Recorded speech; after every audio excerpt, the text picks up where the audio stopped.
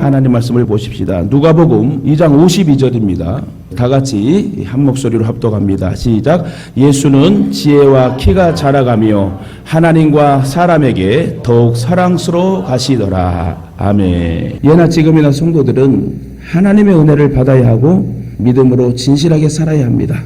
그래야 하나님께서 사랑하여 주시고 또 사람들로부터 존경과 신임을 받을 수 있습니다. 오늘 본문의 말씀처럼 예수님께서 지혜와 키가 자라가며 하나님과 사람 앞에 더욱 사랑스러워 가시더라. 얼마나 귀한 말씀이에요. 저와 여러분도 하나님과 사람 앞에 사랑받으며 칭찬받으며 인정받으며 살 때 하나님 영광 돌리며 찬양하며 예배하는 삶이 즐거울 수밖에 없을 것입니다. 남편에게 인정받고 아내에게 인정받고 부모에게 자녀에게 인정받고 가족들과 모든 이들에게 인정받는 하나님 앞에 특별히 인정받는 축복의 사람이 될 때 우리는 정말 행복한 삶을 살지 아니하는가 한번 생각해 봅니다.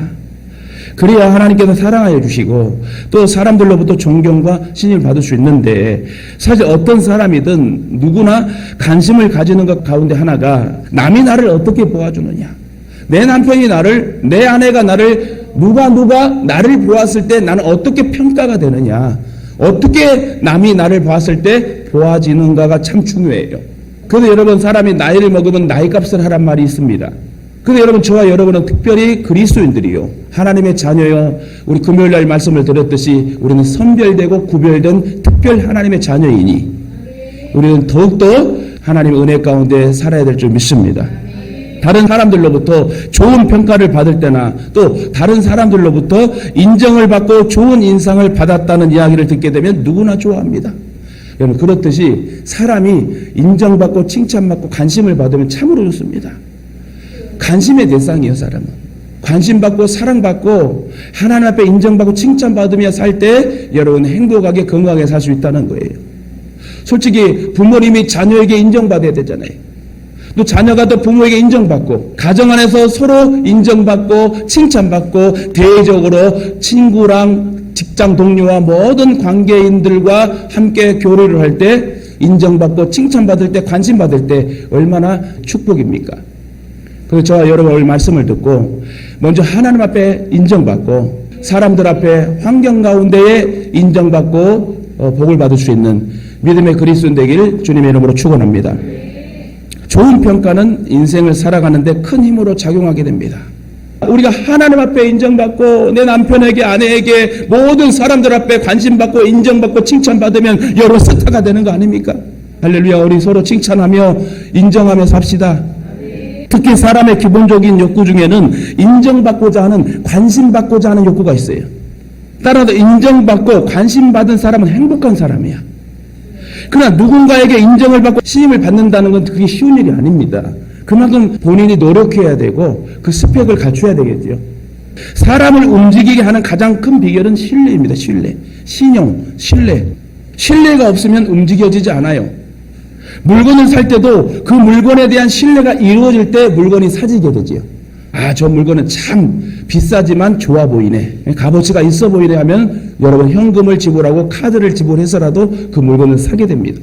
또한 상관, 윗 상부의 마음을 움직이려면 그 상관에게 신임을 얻어야 돼요. 고로 하나님을 움직이게 하려면 하나님이 우리를 신뢰할 수 있도록 우리는 뭐 해야 된다? 노력해야 된다는 거예요. 그 노력이 첫째 예배가 돼야 된다. 기본이 예배란 말이에요. 하나님의 마음을 감동시키고 인정받으려면 저와 여러분의 행동의 첫째가 예배란 말이에요. 예배가 회복될 때, 예배가 온전히 상달될 때 우리에게 은혜와 복이 임하는 거예요.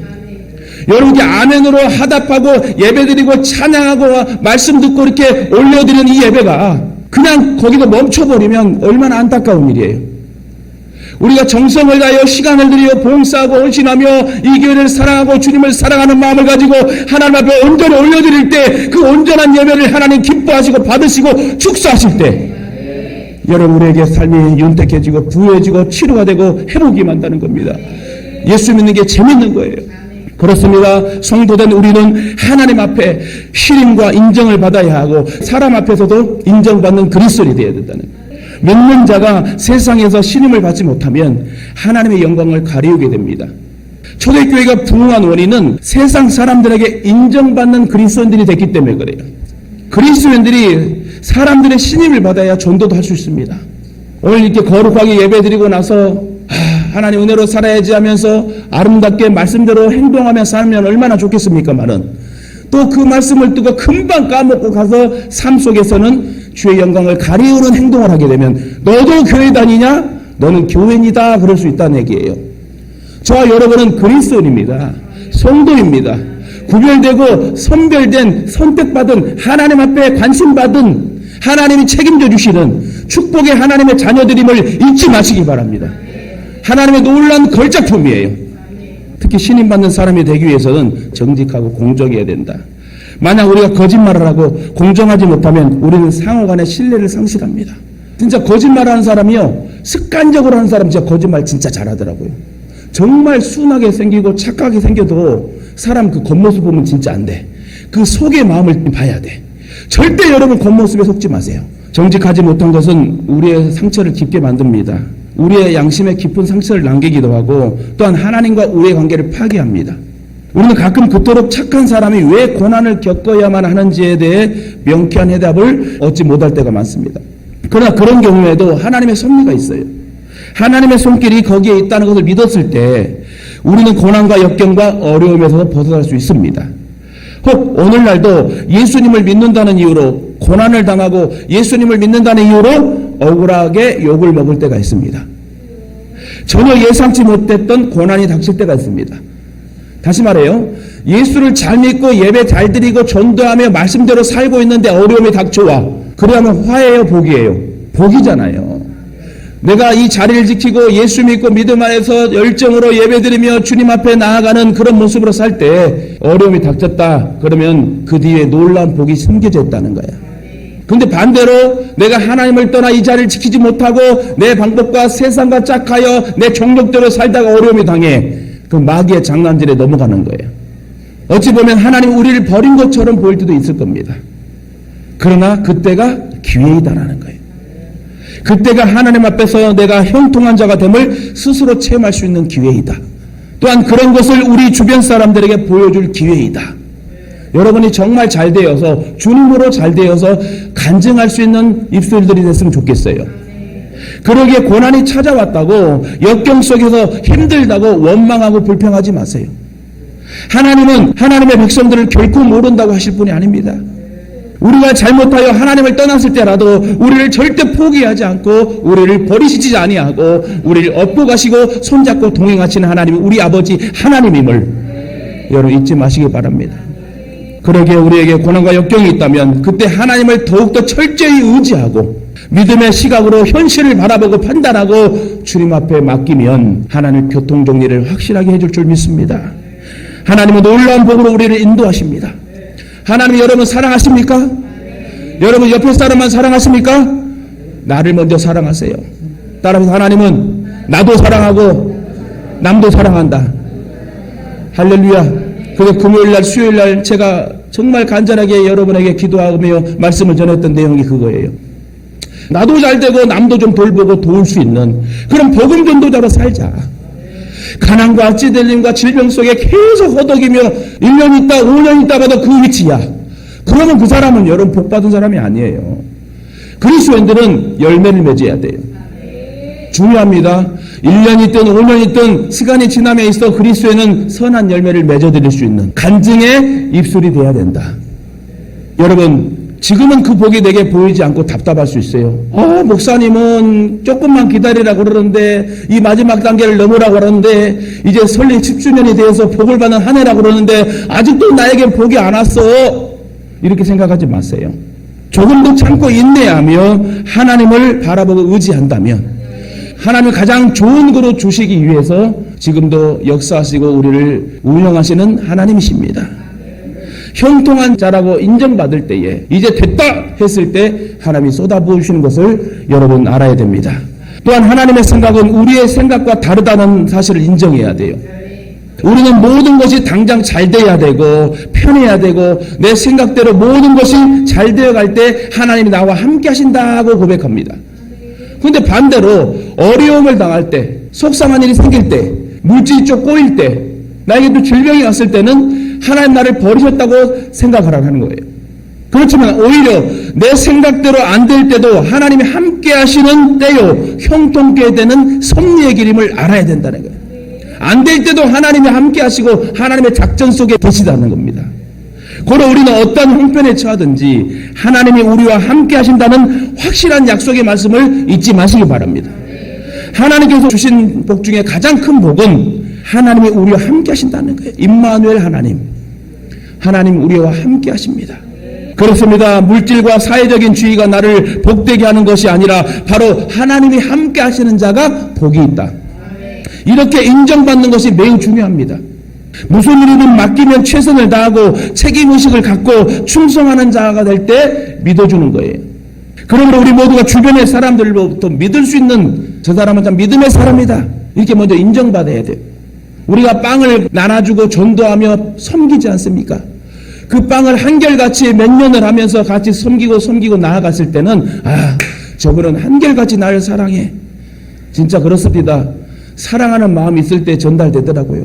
마음이 없으면요, 여러분 콩 한 쪽도 여러분 나눌 수가 없어요. 사랑하는 마음이 있으면 알게도 모르게 행동하는 게 사랑이더라고요. 여러분 진실로 삽시다. 진실로 어떻게? 사랑하며 삽시다. 남들에게 인정받으려면요, 남을 먼저 인정하고 내가 사랑을 줘야 돼요. 진짜 사랑하는 마음을 가지고 대하면요, 전도가 안 될 게 없어요. 결과물은 하나님께서 하신댔으니까 믿든지 안 믿든지 너는 복음을 전파하래요. 결과물은 하나님 책임져 준대요. 내가 복음을 전했는데 이 사람이 내일 믿을지 오늘 믿을지 죽어서 믿을지 안 믿고 죽을지는 몰라. 결과물은 하나님께 달려있고 우리에게 명령은 뭐라? 너는 때를 얻든지 못 얻든지 복음을 전파하라. 할렐루야. 우리의 사명이 복음이에요. 우리 교회에 존립하는 이유는 복음입니다. 여러분 무슨 일이든 맡기면 최선을 다하고 책임의식을 갖고 충성하는 자가 될 때 믿어주고, 그러므로 우리 모두가 주변의 사람들부터 믿음의 사람들이 돼야 되는데 누구든 믿어주는 사람이 되시길 바랍니다. 교회 안에서든 직장에서든 여러분 사업장에 언제 어디서나 우리들의 이름을 부르면 저 사람은 참 복 있는 사람이야. 저 사람은 진짜 한결같은 사람이야. 저분은 항상 부지런해. 저분은 진짜 만나기만 하면 재밌어. 저 사람은 만날 때마다 항상 좋은 일이 생겨. 여러분 옆에 앉아있는 분 좋은 일이 생길 것 같아요? 아멘. 은혜 받았네. 뿐만 아니라 하나님께서 인정받는 성도가 돼야 돼요. 대부분 남에게 인정받는 사람들을 보면 진실된 사람이에요. 진실되게 행동하는 사람들은 진실로 돌아옵니다. 근데 거짓과 술수로 나아간 사람은 거짓으로 돌아와요. 또한 성실하고 자기 삶에 최선을 다하는 사람, 그렇습니다. 성공한 사람들은 자신의 일에 최선을 다합니다. 대충이 없어요. 설렁설렁이 없습니다. 맡겨주시면 열정으로 해서 그 결과를 여러분 온전히 올려드리는 사람이 성실한 사람이에요. 부지런하여 게으르지 말고 열심을 품고 주를 섬기래요. 사람을 속이면서 일하는 사람은 절대로 성공할 수 없습니다. 직장에도 꼭 필요한 사람이 된다는 것은 그만큼 성실하게 일하는 사람이고, 그 성실함으로 인하여 유능한 사람이 됐다. 그게 직장에서 인정받는 사람이 유능한 사람이라고 그래요. 이처럼 하나님을 믿는 사람들은 어디에서나 신뢰받는 사람들이 돼야 돼요. 어디 가나 나는 직장에서도 예동의 권사야, 예동의 장로야, 예동의 목사야, 자신 있게 말할 수 있고, 내가 혹시 무교이지만 교회 다니게 되면 저 장로님 교회 다녀야지, 저 권사님 교회 다녀야지, 이런 믿음이 들 수 있도록 여러분 신뢰감을 줄 수 있는 축복의 그리스도인으로 우리는 살아야 됩니다. 하나님은 어려운 상황에도 변함이 없는 믿음과 흔들림이 없는 소망을 가진 사람과 함께합니다. 어려울수록 더 소망을 가지고 꿈을 가지고 하나님 나와 함께 하시면 난 일어날 수 있습니다. 이런 믿음을 가지고 꿈과 소망과 하나님을 바라보며 나아간다면 하나님 그 사람을 이끌어 주신다는 거예요. 주위의 사람들에게 인정받는 사람과 함께 하십니다. 하나님 우리 쓰실 때 어떨 것 같아요? 수많은 장로님이 계시고 수많은 권사님과 중직자 목회자가 있습니다. 근데 다른 사람들, 세상 사람들 앞에까지라도 평판이 좋고 인상이 좋고 인정받는 목사와 장로와 권사가 될 때 그 교회에 여러분 좋은 소문이 날 거 아닙니까? 그러므로 여러분 환경을 탓하지 말고 주어진 상황 속에서 하나님과 관계 회복에 최선을 다할 때 형통한 자가 될 것이고, 우리는 세상에서 믿음의 그리스도로 살게 될 줄 믿습니다. 특히 하나님은 최고의 사람보다 최선을 다하는 사람을 원해요. 결과는 하나님이 하실 일이고 하나님 그 과정을 소중히 보십니다. 여러분 교회 봉사도 잘해서 그런 게 아니에요. 무슨 말씀 하려고 하냐면 하나님의 봉사하는 일도 내가 잘해서가 아니라 최선을 다하여 하나님 사랑하는 마음으로 드릴 때에 역사가 일어나는 거예요. 여러분, 그렇게 하나님은 최고가 아니라 최선을 다하여 나를 사랑하는 자들을 하나님 만나주시고 그 예배를 받으신다는 거예요. 결국 사람들은 최선의 사람에게 감동을 받고 박수갈채를 보냅니다. 이제 우리 모두 모든 일에 최선을 다하는 삶으로 하나님과 사람에게 인정받는, 칭찬받는 믿음의 사람들 되시길 주님의 이름으로 축원합니다. 다윗은 하나님을 위한 것이라면 최선을 다해서 이루었습니다. 그는 하나님의 성전을 짓기 위해 최선을 다했고 하나님을 위해서 수많은 시를 기록하며 후손들에게 좋은 기록을 남기게 됩니다. 예배를 드릴 때 최선을 다하고 인생을 샀는데 하나님을 위한 인생이라 하면서 매사에 최선을 다한 사람이 다윗이었어요. 그래서 다윗이 유명하고 여러분 하나님 앞에 인정받는 인물이었다고 성경은 기록하고 있습니다. 예수님도 이 땅에 계실 때에 최선을 다하신 분이에요. 흐트러짐이 없는 사랑스러워 가시더라. 하나님과 사람 앞에 사랑스러워 가시더라. 이른 아침부터 저녁 늦게까지 복음을 전하시고 약한 자를 고치시고 병마를 물리치고 굶주린 자를 먹이시고 그리고 저녁이면 홀로 아버지 하나님께 기도하는 그 모습, 항상 한결같은 그런 모습이 여러분 하나님 앞에 사람 앞에 인정받는 모습이라는 거예요. 그리고 마지막에는 하나님의 뜻을 이루기 위해서 십자가에 못 박혀 죽으심으로 우리를 구원해 주셨습니다. 그리고 하나님은 죽은 뒤 사흘 만에 예수님을 다시 살리시고 하늘에 있는 자나 땅에 있는 자나 땅 아래에 있는 자나 다 예수님의 이름에 앞에 무릎을 꿇게 하십니다. 그러므로 예배 드리는 것에 최선을 다해야 돼요. 예배 드릴 때 여러분 최선을 다해 오세요. 건성으로 대충 하지 마시고 이 예배를 통하여 하나님께 영광 돌리면 내가 온전한 마음으로 온전히 올려드리는 이 예배가 상달되면 하나님 기뻐하시고 나에게 좋은 선물을 주시겠다. 이런 여러분 역사가 있어야 될 줄 믿습니다. 전능하신 하나님 앞에 내 마음과 뜻과 정성을 다하여 예배드려야 돼. 그리할 때 전능하신 하나님께서 여러분의 삶 가운데 놀라운 기적을 베풀어 주지 않겠습니까? 중요한 것은 주의를 위해서 우리가 예배를 잘 드리고 하나님께 영광을 돌리며 인정받고 칭찬받으며 일주일의 삶이 행복하고 평탄하고 그 말씀의 중심 가운데 능력이 나타나고 하나님은요 여러분 역사하신 하나님이에요. 하나님 말씀을 읽고 듣다 보면 복이 많은 거구나. 그래야 하나님 앞에 인정받고 사람 앞에 칭찬받을 수 있는구나. 저와 여러분과 자녀들이 하나님 말씀을 날마다 상고하고 믿음 안에서 예배로 살게 되면 자식들이 잘 될 줄 믿습니다. 그래야 할 때 전능하신 하나님께서 여러분의 삶 가운데 놀라운 기적을 베풀어 주십니다. 창세기 4장 4, 5절에 보면 무슨 얘기가 나오냐면 가인과 아벨의 제사에 대해서 나옵니다. 여호와께서 아벨과 그 제물은 연락하셨으나 가인과 그 제물은 연락하지 아니하신지라 나와요. 이건 제물을 받지 않을 때 그 인격도 받지 않는다는 거예요. 근데 반대로 제물을 받았다는 것은 그의 인격과 성품과 정성을 받았다는 거죠. 잘 들으세요. 너무 중요하기 때문에 여러분 잘 듣고 마칠 건데요. 하나님이 가인의 제사를 받지 않은 이유와 아벨의 제사를 받은 이유에 대해서 설명을 잠깐만 할게요.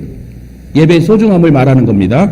그래서 우리가 하나님께 인정받는 인격과 세계가 되도록 노력해야 되는데 대부분 사람들은 하나님이 가인의 제사는 받지 않고 아벨의 제사를 받은 이유를 제물의 차이에 두지 않아요. 뭔 얘기냐면 그렇게 생각하는 이유는 가인은 농사하는 자이기 때문에 농사한 곡식으로 드렸고 아벨은 양을 기르는 자이기 때문에 양을 드렸기 때문에 아무 문제가 없고 이렇게 얘기를 해요. 더 쉽게 말해 아니 농사진 사람 농사 소산물로 드려야지 가축을 기르는 사람은 가축을 드리는 게 맞는 게 아니야 라고 대부분 생각을 해요. 더욱이 레위기에 나오는 구약의 5대 제사가 있습니다. 번제, 소제, 하목제, 속제제, 속건제. 그 중에 소제는 땅의 소산이 곡식으로 드리는 소제라고 그래요. 가인의 곡식으로 드리는 것이 잘못이 아니라고 말합니다. 또한 가인의 제사를 받지 않는 것은 가인이 땅의 소산 가운데 처음 것으로 드리지 않고 아무 것이나 드렸기 때문이고 아벨의 제사를 받은 것은 양 새끼의 처음 것을 드렸기 때문에 가인의 제사를 받지 않은 거다. 다시 말해 아벨은 양 첫 새끼를 드렸고 가인은 첫 소산물이 아니라 그냥 대충 있는 것 없는 것 드렸다. 이렇기 때문에 하나님께서 가인의 제사를 안 받은지 않았냐. 그러나 그렇지 않습니다. 소제는 다시 말해 곡식으로 드리는 이 소제의 제사는 단독으로 드릴 수 없는 거예요. 반드시 소제는 생축으로 드릴 수 있는 제사입니다. 화목제와 함께 드릴 수 있는 제사가 소제예요. 곧 농사를 한 사람이 소제를 드릴 수도 있으나 항상 생축, 다시 말해 양을 사서 같이 제사를 번제로 드리고 이제 소제를 함께 드려야 된다는 거예요. 곧 곡식 자체로 드리는 자체가 그 당시 허락이 안 돼 있다. 하나님이 원하신 것은 예수님이 오실 그 모형을 말씀하시는 건데 예수님이 십자가에 죽으셨잖아, 어린 양처럼. 그래서 가인과 아벨의 제사를 드릴 때 너희는 오실 예수의 예표 모형이니 너희들은 이렇게 희생으로 제사를 드려야 그 제사가 연락이 된다라는 것을 가인은 무시했다는 거예요. 하나님께서 죄인인 생축 양으로 제사를 드리게 하신 이유가 있어요. 그 이유는 아담이 범죄했을 때에 죽음이 찾아왔습니다. 육체도 죽게 되었고 영도 죽게 되었어요. 죄값은 사망이라고 로마서 6장 23절에 나와 있잖아요. 그런데 하나님이 인간에게 범죄했을 때도 살 수 있는 은혜의 방법을 주셨어요. 인간이 범죄하면 그 죄값으로 인간이 죽어야 하는데 대신 짐승을 죽게 하여 그 짐승을 제사를 드리게 되면 용서를 받게 되는 것. 다시 말해 내가 죄졌는데 그 죄를 용서받을 길은 희생밖에 없는데 내가 희생할 수는 없고 죽을 수는 없고 대신 내가 기르는 황소와 양을 가지고 가축을 가져가고 그 피를 뿌림으로 인해서 온전히 태움으로 인하여서 내 죄가 용서된다는 거예요. 구약시대엔 생명이 피에 있다고 보았는데 짐승이 피를 흘려 죽었기 때문에 그것은 인간의 죄값을 대신 용서받았다. 이게 구약의 제사예요. 무엇보다도 오실 예수 그리스도에 대한 예언적 의미가 담겨 있어요. 그래서 구약 성경은 오실 예수님을 표현하는 책이고 신약 성경은 오신 예수님을 기록한 책입니다. 고로 인간은 범죄할 때마다 하나님께 나아가 살아있는 동물을 드려야 돼요. 그리고 장차 예수 그리스도께서 오셔서 모든 택함받은 백성들의 죄를 대신 지고 피 흘려 죽음으로 모든 택함받은 백성들이 죄와 죽음에서 구원하시려는 하나님의 구속 계획이 있었습니다. 즉 죄인이 그 예수를 믿음으로 죄 용서함을 받고 영원한 죽음에서 구원받게 하려는 구원의 계획. 하나님이 세상을 이처럼 살아가사 독생자 예수를 주셨으니 이는 저를 믿는 자마다 멸망치 않고 영생을 얻게 하려 하심이니라. 할렐루야. 그래서 하나님은 아담에게 짐승을 죽여 예수 그리스도를 보내주실 것을 약속했습니다. 또한 그것을 알게 하게 하려고 가죽옷을 입혀줍니다. 잊지 마라. 제발 잊지 마라. 나는 사랑의 하나님이다. 그 연장선상에서 제사도 짐승으로 드리게 되는 거예요. 이해가세요? 그래서 아담도 그 아들인 가인도 아벨도 다 제사를 소제가 아니라 번제로 생축 양으로 드려야 되는 거예요. 그러나 후에 가인은 곡식으로 드렸다는 거예요. 알면서도 가인이 짐승으로 드리지 않고 곡식으로 드린 것은 하나님의 언약을 무시한 거예요. 하나님의 말씀을 잊어버린 거야. 아니면 고의 판단하여 귀찮아. 대충 드리면 되지. 가인은 하나님의 구속 계획을 생각지 못했습니다. 하나님의 구원 방법의 필요성을 인식하지 못했어요. 인지하지 못했다. 이것이 정성을 기울이지 않는 것보다 일반적인 죄를 짓는 것보다 더 인정받지 못한 것입니다. 그래서 가인은 하나님 앞에 인정받지 못하여 죽음을 당하죠. 그래서 오늘날 예배를 어떻게 드리느냐가 참으로 중요해요. 여러분 어떤 마음으로 예배를 드립니까? 그냥 있는 것 없는 것 가져옵니까? 여러분의 몸도 마음도 있는 것 없는 거로 오면 안 돼요. 진짜 살아있는 마음을 가지고 찬양할 때 눈물이 쏟아져야 되고 기쁨으로 찬양하고 아멘하며 춤을 추며 이렇게 예배드림에도 모자란데 우리는 그냥 아이고 오늘도 빨리 주일이 돌아왔네. 빨리 집에 가서 뭐 사 먹어야지. 좀 쉬어야지. 이런 마음으로 오는 마음은 여러분 진짜 가인과 같은 예배예요. 히브리서 11장 4절에 믿음으로 아벨은 가인보다 더 나은 제사를 하나님께 드림으로 의로운 자라 하시는 증거를 얻었으니 하나님이 그 예물에 대하여 증거하심이라. 가인의 제사를 받지 않고 아벨의 제사를 받았다는 거예요. 그럼 저와 여러분은 가인의 모습으로 오는지 아벨의 모습으로 오는지 그만큼 예배 드리러 올 때는 정성을 다해야 된다는 거예요. 그냥 오지 말라는 거예요. 정성을 다하자. 사모하는 마음으로 주님께 감사하는 마음으로 정말 그 은혜에 내가 죽을 수밖에 없는데 내가 하나님 은혜로 구원받았다면 나는 날마다 하나님 앞에 감사하며 살아야 된다는 거예요. 이처럼 저와 여러분은 바른 예배를 드림으로 하나님 앞에 인정받는 인생이 되시길 주님의 이름으로 축원합니다. 예배는 대충이 아니에요. 영과 진리로 예배할지니라. 온 마음과 정성 전 인격으로 하나님께 올려드리는 게 아벨의 제사예요. 아니 아벨도 생각해보세요. 그 당시에 가인의 형한테 가가지고 형아 나 그거 좀 보리단 좀 하나 줘봐. 이걸로 나 그냥 드리게. 이럴 수 있어. 근데 아벨은 하나님의 언약의 방법을 가지고 그대로 순종했어요. 반대로요, 가인이 농사를 짓지만 마음이 있으면 아벨에게 가가지고 빌릴 수도 있고 살 수도 있고 그러잖아요. 그런 좀 정성을 다해서 온전히 드려야 되는 게 하나님의 방법인데, 우리는 예배 드릴 때 그냥 우리 어디 소풍 올 때는 막 이것저것 다 챙기고 긴장 가지고 가는데, 예배 드릴 땐 그런 마음도 없어. 아이고 오늘은 목사님이 5분 설교가 더 늘어났네, 이런 마음으로 가지면 여러분 은혜 못 받아요. 우리가 어떻게 지금 살고 있는 줄 아세요? 하나님 은혜로 살고 있어요. 하나님 바람 한번 불어보면 날다가 죽어버려요. 진짜 하나님 은혜로 살아요. 여러분 한번 아파보세요. 한번 아플 때, 진짜 아플 때 어떤 느낌이 오나요? 그럴 때 하나님밖에 없어요. 하나님 은혜밖에 없는 거예요. 그래서 있을 때 하나님 건강 주시고 기회 줄 때 진짜 교만하지 말고 겸손히 말씀 앞에 살아야 되는 게 우리의 인생이고, 그래야 하나님 앞에 사람 앞에 인정받고 칭찬받는 인생을 살 수 있는 거예요. 우리가 돈 있으면 얼마나 있어요? 여러분 부자 못 따라가요. 몇 천조, 몇 백억을 가지고 서울시의 아파트만 해도 30억, 20억인데 여러분 돈 하는 자하고 우리가 비교할 것도 아니고, 오직 우리는 하나님 은혜로 살 수밖에 없으니 내가 밥 먹고 움직이고 이렇게 숨을 쉬고 예배드리는 것 자체에 감사하고 하나님 앞에 사람 앞에 인정받으며 살 때 그게 큰 행복이 아닐까요? 그러면 남편에게 아내에게 인정받고 부모가 자녀에게, 자녀에게 부모가, 우리 모두가 서로 인정받고 칭찬받으면 그게 행복이 아닙니까? 말씀 뵙겠습니다. 이 세상을 사는 사람 가운데 어떤 사람이 가장 행복한 사람이겠습니까? 그것은 예수 믿고 하나님의 자녀가 된 사람이 가장 행복하고, 그 은혜로 인하여 같이 인정받고 칭찬받는 사람이 가장 행복한 사람이에요. 예수 믿고 하나님의 자녀가 된 것처럼 큰 기쁨이 없고 큰 축복이 없습니다. 그런데 예수 믿고 우리가 하나님의 자녀로 일생을 살아가는 동안에 어떻게 해야 우리가 범사에 하나님의 영광을 여러분 나타내고 주 안에서 승리하며 복된 삶을 살 수 있겠습니까? 그 비결은 하나님께 먼저 인정받자. 물론 우리가 사람들에게 인정받고 칭찬받는 것도 중요하지만 그보다 앞서 먼저 하나님 앞에 인정받는 신앙이 있는데요, 우리 모두가 하나님을 기쁘게 해드리고 하나님께 인정받는 삶을 살아가면 하나님께 우리의 일생을 책임져 주시고 우리의 발걸음을 은혜의 길로, 복된 길로 인도해 주실 줄 믿습니다. 그러나 사람들 중에 스스로 자기가 높아지는 사람이 있습니다. 그리고 그걸 통해서 자기가 대접받으려 하는 사람이 있습니다. 이처럼 스스로 높아지는 사람은 얼마 가지 못하고 망하게 됩니다.